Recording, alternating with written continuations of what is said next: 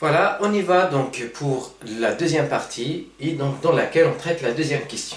Bon, allez, donc pour la deuxième question, donc on demande de calculer l'inf lorsque AB parcourt r carré de l'intégrale de 0 à 2pi de t moins a cos t moins b sin t, le tout au carré.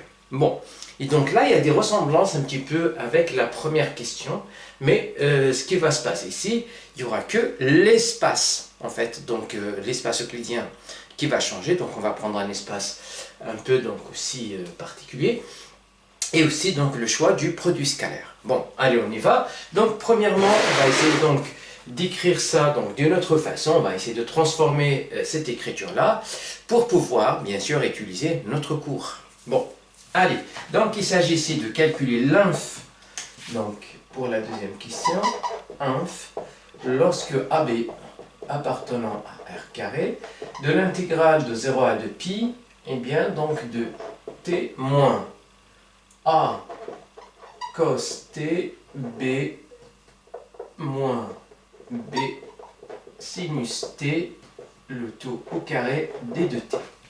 Donc on veut calculer cette inf-là. Donc premièrement, comme tout à l'heure, bien je constate ici que je peux mettre ça, et bien je peux mettre des parenthèses ici et mettre comme ça. D'accord? Et encore une fois, je peux prendre par exemple h de t égale à t, donc une fonction, donc la fonction, et je vais la prendre de 0 de pi jusqu'à r. Donc, voilà. Et je peux prendre e, c'est tout simplement, donc ça va être l'espace des fonctions continues pour que je peux faire ces intégrales sans problème. Donc, des fonctions continues de l'intervalle 0 de pi, donc 0 de pi, vers r. Donc, ce qui est fait ici, ça va faire donc h, c'est un élément de, puisque cette fonction-là, c'est une fonction polynomiale, et bien elle est continue. Je peux prendre cette fonction-là, je vais l'appeler h, ou bien f, pardon, f de t, qui va faire a cos t plus b sinus t. Donc encore une fois, j'ai cette fonction-là qui est une fonction continue, puisque cos est une fonction continue et sinus est une fonction continue. Donc du coup ici, eh bien, en fait, qu'est-ce que j'obtiens à partir de là? Eh bien, j'obtiens, c'est l'inf, lorsque a, b appartenant à r carré, de l'intégrale de 0 à 2pi, donc ici, je me permets d'écrire h de t moins f de t au carré d de t. Donc je transforme petit à petit mon espace. Très bien. Et bien, qu'est-ce que je sais aussi? Donc je sais que ces fonctions-là, cos et sin, ce sont toutes les deux des fonctions qui sont continues de 0 de pi vers r. Donc j'ai sin et cos aussi, donc ils sont du même espace. Et donc, qu'est-ce que je fais ici? Eh bien, je peux considérer donc le f, c'est le sous-espace vectoriel engendré par les deux éléments ici, sin et cos. Ou bien cos et t. Pareil, donc ça ne va changer rien. Donc, et sin. Donc, ce sont deux vecteurs de cet espace-là. Et bien, je prends f, c'est le sous-espace vectoriel engendré par f. Pardon, par cos ici. Et donc ici, qu'est-ce que j'ai ici? Donc j'ai un espace, bien ce espace vectoriel de dimension finie, puisqu'il a une partie génératrice qui est finie. Et donc du coup ici, lorsque AB parcourt R carré, eh bien ma fonction f, elle parcourt f. Elle parcourt le sous-espace, parce que chaque fois que je prends une valeur de A et une valeur de B, j'obtiens donc f. Tout simplement cet espace-là, c'est l'ensemble des fonctions qui sont de la forme a cos plus b sin, bien avec AB appartenant à R. Et donc du coup ici cet inf-là, lorsque AB va dans R, et bien le f il varie dans f. Donc AB varie dans R carré, mon f varie dans f. Donc ici je peux changer tout simplement, je peux marquer donc f appartenant à f. Donc il s'agit d'un inf sur cette partie-là. Très bien. Et donc, à partir de là, qu'est-ce que je fais?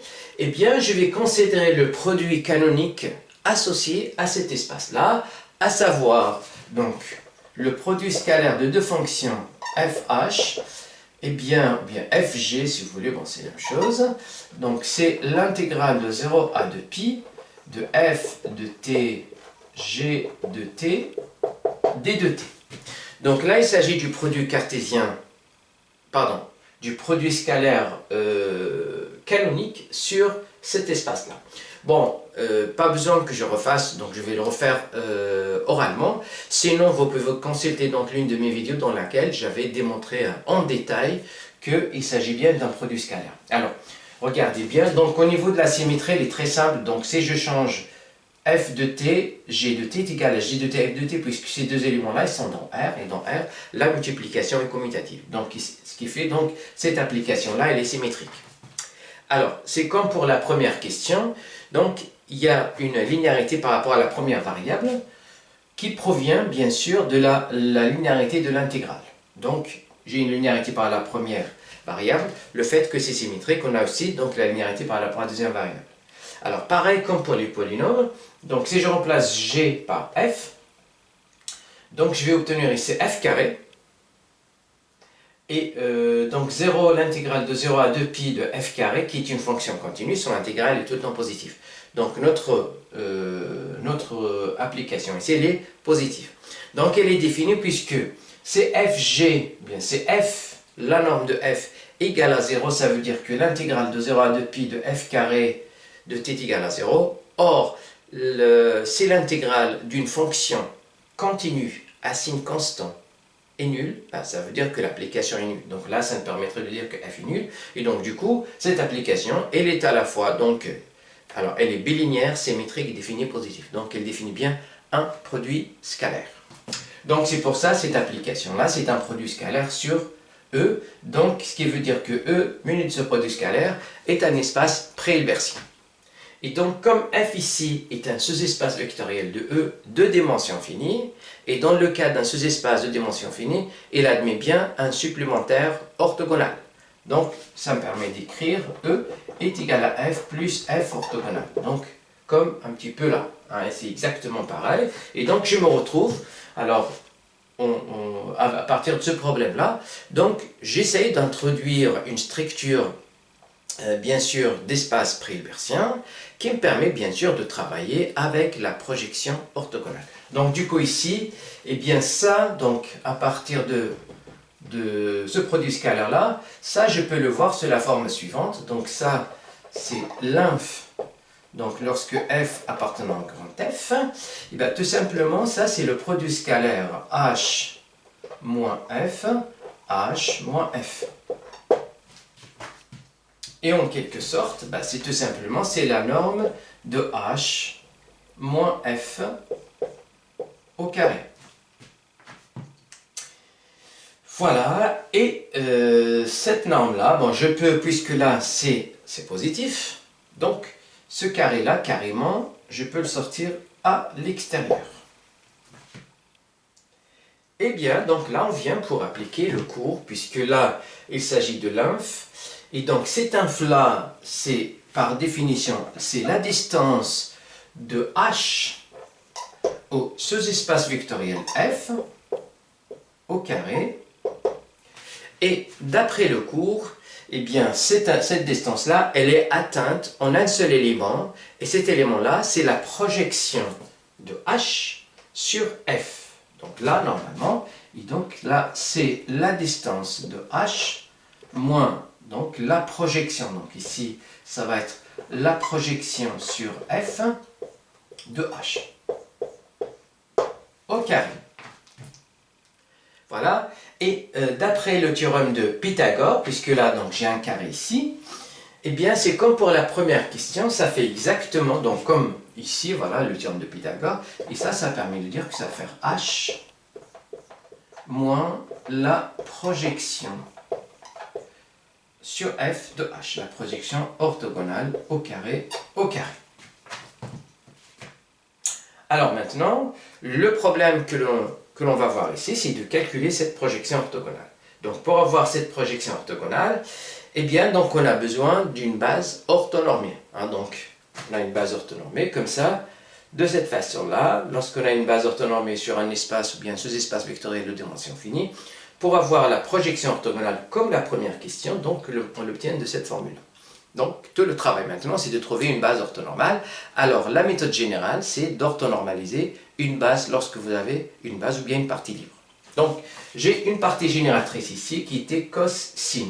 Alors je vais voir d'abord, est-ce que c'est une partie libre? Et après, donc, est-ce que c'est une base? Et à partir de là, je vais trouver la dimension pour savoir, voilà, donc la base que je vais trouver sur cet espace-là.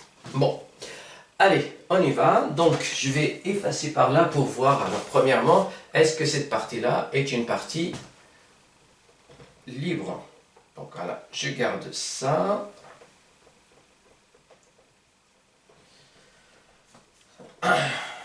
Très bien. Donc, alors, est-ce que maintenant, cos sin est une partie libre? Donc, pour cela, je vais prendre donc, soit alpha, bêta appartenant à R, tel que donc, alpha cos plus bêta sin égale à 0. Cela veut dire quoi? Cela veut dire que quel que soit t appartenant à 0 de pi, j'ai alpha cos t plus bêta sinus t égale à 0. Et donc, on va choisir, puisque là c'est quel que soit t appartenant à 0 de pi, donc on va choisir des valeurs particulières de t pour que je puisse montrer que alpha égale à 0 et bêta égale à 0 pour prouver que cette partie-là est libre. D'accord? Bon, allez, on y va. Donc, pour rendre cosinus ça égale à 1, eh bien, il suffit de prendre t égale à 0. Donc, pour t égale à 0, je sais que cosinus ça fait 1. Pour t égale à 0, donc j'ai alpha cos 0 plus bêta sin 0 égale à 0. Sinus de 0, ça fait 0, donc tout ça, ça fait 0. Le cos, ça fait 1, donc ça permet de dire que alpha égale à 0. Donc, voilà pour la première valeur. Et donc, du coup, cette combinaison-là, elle devient bêta sinus t égale à 0, et ça, c'est quel que soit t. D'accord? Et bien, il suffit de prendre une valeur de t pour laquelle sinus est différent de 0 pour conclure. Donc, je vais prendre peut-être pi sur 2, donc je sais que sinus de pi sur 2, ça fait 1, et directement, je vais obtenir bêta égale à 0. Donc, pour t égale à pi sur 2, j'obtiens bêta sinus pi sur 2 égale à 0, comme ça, ça fait 1, et donc bêta égale à 0. Et donc, cos sin est une partie libre aussi. Donc, cos sin est libre. Voilà, si c'est une partie libre, et comme c'est une partie génératrice de f, donc c'est bien une base de f. Donc à partir de là, eh bien, je peux dire tout simplement que... Alors, donc qu'est-ce que j'ai ici? J'ai maintenant cos sin base de f. Donc à partir de là, puisque c'est une base, je peux dire que f est un sous-espace vectoriel de dimension 2, donc qui est fini. Et donc, il me faut maintenant une base. Donc, alors, je peux donc avoir une base à partir de cette partie-là. Bien sûr, alors, dans la règle générale, on utilise le principe ou bien le procédé d'orthonormalisation de Gram-Schmidt. Or, ici, donc, on va voir, c'est un cas particulier, donc pas besoin, puisque on va voir déjà que c'est une famille qui est orthogonale. Alors, on va voir est-ce que c'est orthogonal. Et donc, il suffit de calculer le produit scalaire cos sin pour savoir est-ce que c'est égal à 0 ou pas. Donc là, par définition du produit scalaire, donc c'est 0 jusqu'à 2pi cos t sinus t d de t. Voilà, et donc je peux voir 2pi ici, et donc je peux voir cosinus ici comme dérivée de sinus. Donc là, c'est sinus prime de t sinus t d de t. Et bien, d'une façon générale, donc si vous avez bien sûr une primitive de f' fn, donc une primitive de ça, eh bien c'est f n plus 1 sur n plus 1. Donc c'est une formule de cours hein, du lycée. Voilà, et donc je vais l'utiliser ici avec f', donc avec f c'est sinus, et donc le n c'est 1, et voilà j'ai donc la dérivée ici. Et donc à partir de là, ça va faire, eh bien, sinus, donc au carré de t sur 2, 0 de pi. Et là, lorsque je remplace par 2pi, je sais que sinus de pi ça fait 0. Et donc, sinus de 0, donc 0 au carré, ça fait 0. Et lorsque je remplace par 0, ça fait 0 aussi. Donc là, ça fait bien 0. Voilà. Et donc, du coup, ici, j'ai bien... Donc, c'est une base ici. Je peux rajouter donc de f. Et en plus de ça, elle est orthogonale. Donc, c'est une base orthogonale. Alors, donc, il suffit juste maintenant de la normaliser. Donc, de normaliser chaque vecteur. Bon, allez, on y va.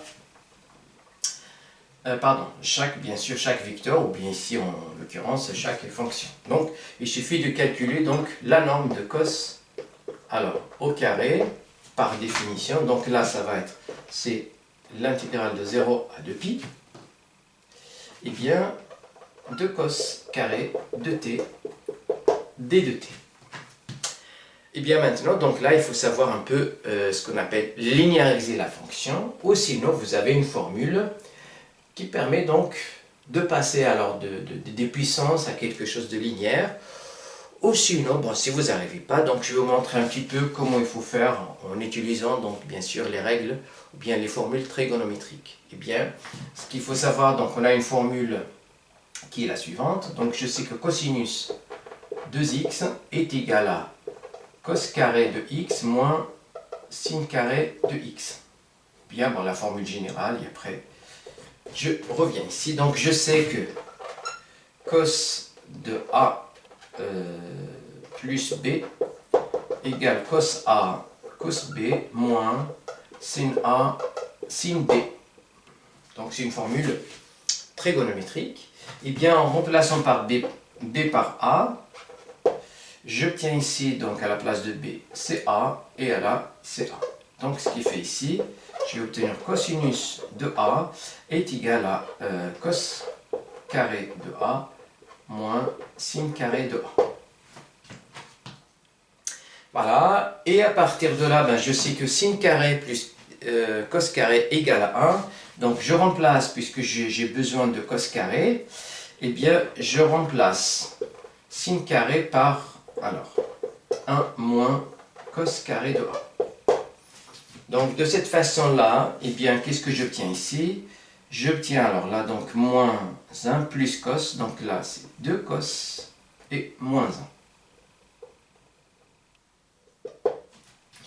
Et donc j'ai le cos carré ici, et là j'ai cos sans puissance. Et donc je vais faire passer le 1 de ce côté-là pour avoir à la fin cos carré de 1 est égal à 1 plus cos de A sur 2.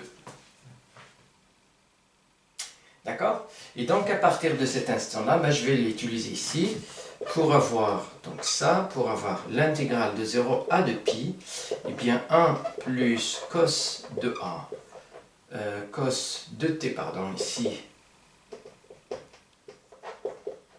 sur 2, d de t. Et donc il suffit d'avoir une primitive de ça, et bien je sais qu'une primitive de 1,5, donc c'est t sur 2, plus, alors, une primitive de cosinus de 2t, puisque la dérivée de sinus c'est cosinus, et donc là c'est tout simplement, ça va faire sinus, alors donc j'ai 1,5 d'abord, je ne vais pas oublier, et bien sinus de t sur 2. Donc comme ça, la dérivée de ça, la dérivée de sinus de t, ça fait 2 cosinus t, et le 2 qui va simplifier avec ça pour avoir ça. Et donc entre 0 et 2pi. Alors maintenant, en remplaçant par 2pi, eh bien je vais avoir ici, donc ça va faire pi. Et là, en remplaçant par 2pi, donc je vais avoir sinus 4pi. Sinus 4pi, ça fait 0. Donc là, ça part. Donc là, on reste pi. Et en remplaçant par 0, donc là, c'est 0. Et là aussi, c'est 0. Donc cette intégrale-là, tout simplement, il fait pi. Et donc du coup, à partir de là, donc la norme de cosinus, c'est racine carrée de pi. Donc voilà, alors la norme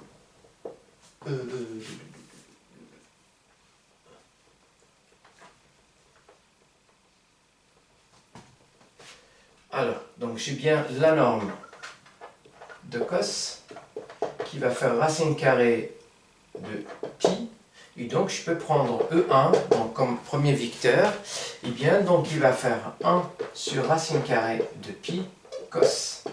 Voilà pour notre premier vecteur de la base orthonormée. Alors maintenant il faut calculer bien sûr maintenant pour sinus. Donc là je vais donc normaliser la fonction sinus, et là donc je vais avoir sin. Et donc en faisant un travail similaire ici, donc là c'est la même chose, et là j'ai besoin de sinus, donc cette fois-ci c'est le cosinus que je vais remplacer par 1 moins sinus carré de A. Moins sinus carré de A, et donc du coup ici ben, ça va faire moins. D'accord? Et donc à partir de cet instant-là, moi j'ai besoin de sinus carré, donc pour avoir sinus carré, je le fais passer par là. Donc je vais avoir sinus carré de t. Ben, j'aurai sur 2 ici, mais là, je vais avoir, là, il y aura un moins ici. Hein, donc c'est moins, puisque ça, quand ça passe ici, donc ça fait moins. Et donc du coup ici, eh bien, c'est moins, là. Et donc là, on va voir, vous allez voir que ça n'a rien changé. Et dans les calculs, ça ne changera rien aussi. Donc je vais avoir pi, qui veut dire que ces deux vecteurs-là, le cos et le sin, pardon, ils ont la même norme qui est racine carrée de pi. Et donc du coup, je peux prendre tout simplement E2, qui va faire bien sûr 1 sur racine carrée de pi sinus. Et donc de cette façon-là, ben, je vais avoir un E1, E2, donc c'est une base orthonormée de f. Et là maintenant, c'est très simple de calculer la projection orthogonale en utilisant celle-là. Eh bien, on y va. Alors, donc la projection orthogonale sur f de la fonction h est égale. Donc par définition, ben, ça va faire h produit scalaire E1 plus h produit scalaire E2. Hein, donc exactement ça. Eh bien, je vais faire mon travail maintenant. Alors, je remplace, donc là c'est l'intégrale de 0 à 2 pi, h, on avait dit donc c'est t fois E1. E1 c'est 1 sur racine carrée de pi cos t d de t, appliqué à E1, donc 1 sur racine carrée de p, qui est la fonction cos. Et bien, plus la même chose, donc l'intégrale de 0 à de pi, t1 sur racine carrée de p sinus t, d de t, 1 sur racine carrée de pi sinus. Très bien. Bon, alors, là, ça va faire. Donc, puisque l'intégrale est linéaire, donc ça c'est un coefficient que je peux faire sortir à l'extérieur. Avec celui-là, ben, il va faire 1 sur pi. Et donc maintenant, je dois calculer l'intégrale de 0 à 2 pi de t cos t d de t plus, alors le même travail ici, donc je vais, alors, par contre ici, alors, cos, je vais mettre cos, la fonction cos ici. Et là, je vais voir aussi donc la fonction sin sur racine carrée, bien, ça s'enlève, pi, l'intégrale de 0 à 2 pi, égale t sinus t d de t. Eh bien, je vais calculer cette partie à part et cette partie à part pour voir qu'est-ce que ça va faire. Donc je vais commencer par cette partie-là. Donc l'intégrale de 0 à 2pi t cosinus d de t. Alors je suppose que vous êtes un petit peu à l'aise au niveau du calcul des intégrales. Donc là, il y aura une intégration par partie. Donc on prononce ça comme u, et là c'est v'. Et donc là, ça va faire uv. Alors le v, c'est donc une primitive de cosinus et sinus. Donc ça va faire t sinus t, donc 0 de pi, moins l'intégrale de 0 à 2pi.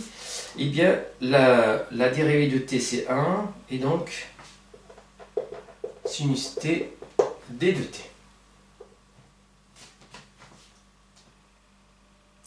Très bien.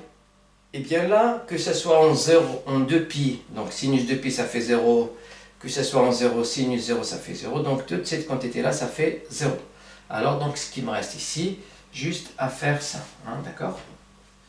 Donc c'est cette intégrale qui reste. Et donc une primitive de sinus, c'est moins cosinus. Donc le moins que j'ai ici, je peux le faire entrer là, pour avoir ma primitive directement ici, qui est cosinus t entre 0 et 2pi. Et là pareil, donc vous pouvez voir ça même avant, on peut le prévoir à l'avance.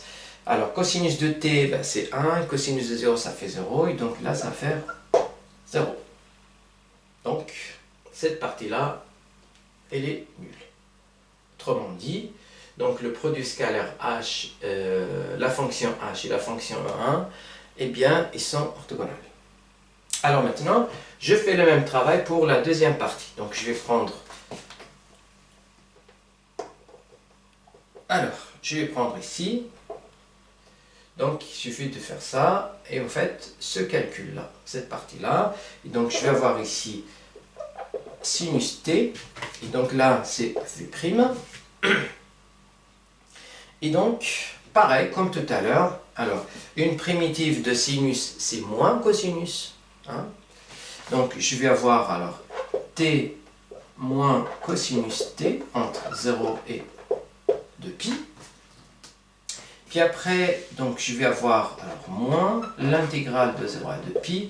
Alors la dérivée de t c'est 1, et donc je vais avoir moins cos. Oui, donc moins cos de t.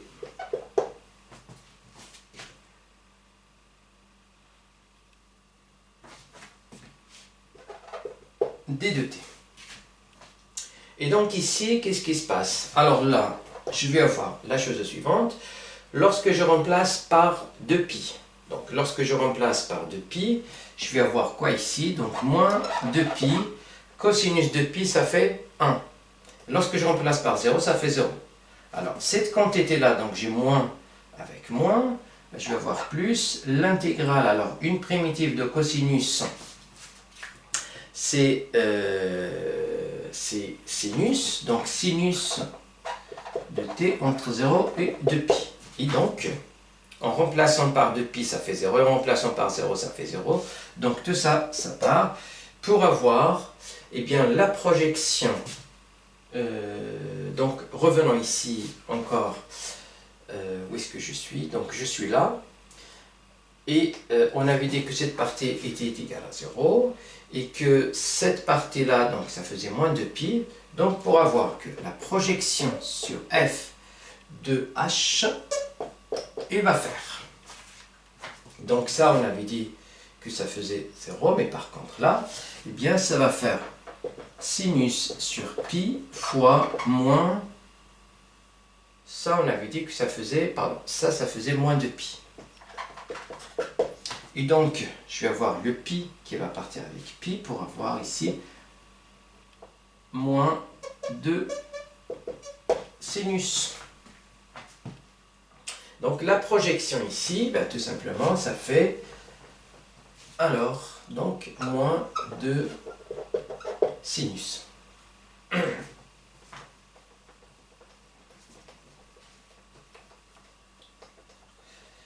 Alors, donc, tout à l'heure, on avait dit que cet inf-là, est égal, alors tout simplement, c'est la norme de h au carré moins la norme de la projection de h sur f au carré. Donc la formule qu'on avait écrite là tout à l'heure. Et donc il suffit de calculer ça au carré puisque on sait que ça fait t et ça aussi au carré. Bon, allez, on y va. Et donc ça, alors ça va faire, c'est l'intégrale de 0 à 2pi de t au carré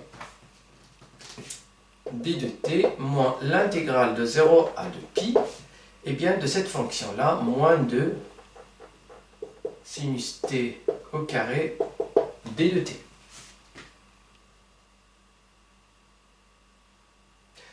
Voilà, et donc à partir de là, eh bien ça va faire quoi? Donc le t au carré ici, ben, ça va faire t3 sur 3, hein, donc entre 0 et 2pi, donc une primitive de t3 c'est de t carré c'est t3 sur 3. Alors là, donc moins avec moins ça va faire plus, 2, 0 à 2pi, sinus de t au carré. Et ça on l'a déjà calculé ici, donc là ça va faire alors, donc là c'est 8, alors il doit y avoir un moins quelque part ici, moins, alors j'espère qu'il n'y avait pas de moins quelque part. Alors, donc 8 pi x posant 3 sur 3 plus 2. Et là, c'est quoi exactement? Bah, c'est la norme de sin au carré. Et la norme de sin au carré, ça fait pi, puisque la norme de sin, on avait dit que ça faisait racine carrée de pi. Donc, au carré ici, bah, ça va faire pi. Voilà, alors j'avais oublié d'élever ça au carré, donc le 2, il ne sort pas 2, mais plutôt 4. Ouais. Et donc, la distance en question que je cherche ici, donc, en gros, l'inf, lorsque AB parcourt R carré, eh bien, de 0 à 2pi, donc la réponse donc, à cette question-là, ben, c'est exactement de t moins a cos t moins b sinus t au carré d de t, et bien ça fait tout simplement cette quantité-là qui est 8 pi 3 sur 3 plus 4 pi. Voilà donc pour la deuxième question qu'on a fait à quelque chose près, de la même façon que la première question. Très bien, donc on arrive à la fin, mais avant de se quitter, donc je vais vous donner un défi, c'est que on peut faire la première question, c'est le défi, hein. Donc la première question, on peut la faire bien sûr, en prenant un espace fonctionnel, donc avec des fonctions, et non pas avec les polynômes comme on a travaillé, de la même façon que la deuxième question. Donc on peut le voir. Alors, je vais vous donner donc une piste d'idée, donc c'est à vous de faire la suite. Donc, pour la première question, donc vous pouvez prendre l'espace E comme deuxième méthode, bien sûr. Donc, c'est l'espace des fonctions continues de 0 à 1 vers R. Et vous prenez tout simplement le produit scalaire fg, c'est l'intégrale de 0 à 1 de f de t, g de t, d de t, et de bien choisir le sous-espace vectoriel en question, d'orthonormaliser, de faire tout ce travail. Et si par hasard vous n'arrivez pas, vous pouvez me faire signe et je vous ferai donc une correction en détail. Voilà, donc j'arrive à la fin de cet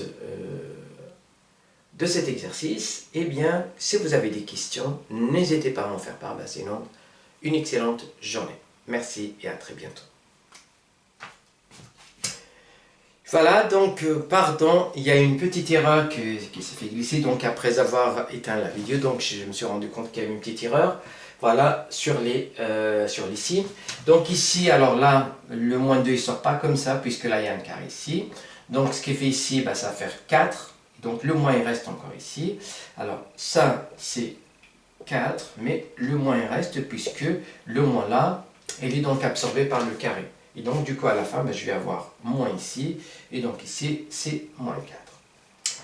Voilà. Alors, je suis désolé donc pour cette erreur qui s'est glissée, auquel je n'avais pas fait attention. Eh bien, merci et à la prochaine fois.